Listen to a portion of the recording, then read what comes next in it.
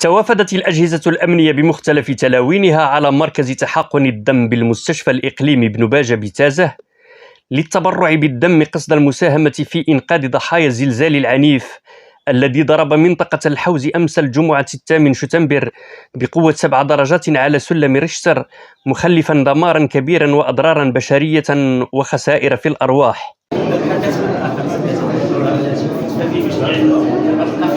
هذا وقد عرف المركز يوم أمس الجمعة إقبالا كبيرا من المتطوعين وفعاليات المجتمع المدني ووفودا من عناصر الأمن الوطني رفقة والي أمن الجهة تلبية لنداء الوطن والإنسانية. تضامنا مع إخواننا ضحايا الزلزال مراكش قمنا بعملية تبرع بالدم. نطلب الله أن يتقبل منا ومن الجميع وأن يرحم شهداء هذه الكارثة. ارتأت جمعية تضامن ذوي الاحتياجات الخاصة أنها تلبي النداء وتساهم هي ولو بقطرة الدم. كنتمنوا من الله أن يرزق الرحمة والمغفرة للناس اللي توفوا الشهداء، ونتمنوا من الله الصحة والعافية للناجين. رحموا على الضحايا ديال زلزال منطقة الحوز، وكنتمناو الشفاء العاجل عند الجرحى، واليوم جينا نتبرعوا بالدم باش نعاونوهم، يعني هذا واجب وطني ديالنا ومن الواجب علينا نعاونوا الإخوان ديالنا ونتمنوا لهم الشفاء العاجل والرحمة عند الأموات إن شاء الله.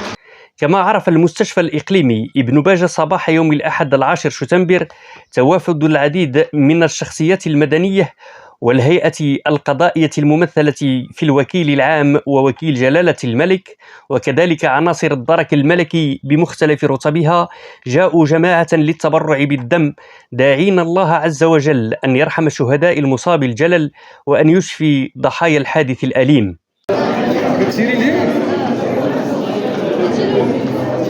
ونظرا للإقبال الكثيف للمتطوعين عملت الأطقم الطبية على توفير ما يلزم لتلبية الغرض والوقوف وقفة رجل واحد لخدمة الوطن والمواطنين تحت الشعار الخالد: الله الوطن الملك. اولا على اثر هذه الفاجعه كنقدموا التعازي ديالنا لاسر الضحايا وكنتمناو الشفاء العاجل للمرضى والمصابين، وكنتمناو يتم الانقاذ نتاع المفقودين في اقرب وقت. احنا هنا في اقليم تازة بنك الدم التابع للمركز الاستشفائي الاقليمي ابن باجة، فور علمنا بالخبر قمنا بتنظيم حمله للتبرع بالدم ابتدات يوم امس وهي مستمره الى غايه اليوم. الحمد لله الحمله ديال التبرع عرفت اقبال منقطع النظير، حيث ان هناك جموع غفيره لبت النداء. على اثرها تم تعبئه جميع الطواقم الطبيه والتمريضيه بالاقليم اللي لبوا النداء، ونظرا للتوافد الكثير تاع المتبرعين قمنا بنك الدم يتوفر على قاعه واحده لاخذ الدم.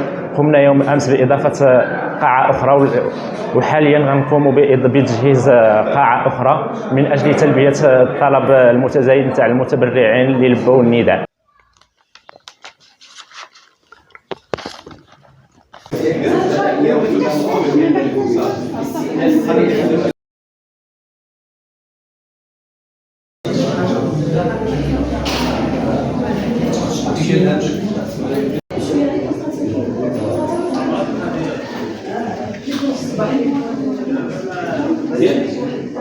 شاف الله المصابين إثر الزلزال ورحم الله الشهداء وإن لله وإن إليه راجعون. احنا اليوم هنايا من اجل دعم الاخوان ديالنا اللي تصابوا في الزلزال ديال الحوز، من اجل عمليه التبرع بالدم تلبيه لنداء الوطن ونداء الملك.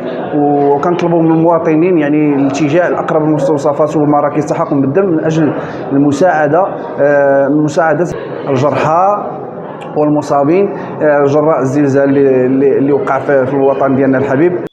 روبورتاج من إعداد نجيم الهزاط وتقديم بوجمعة الدعنوني.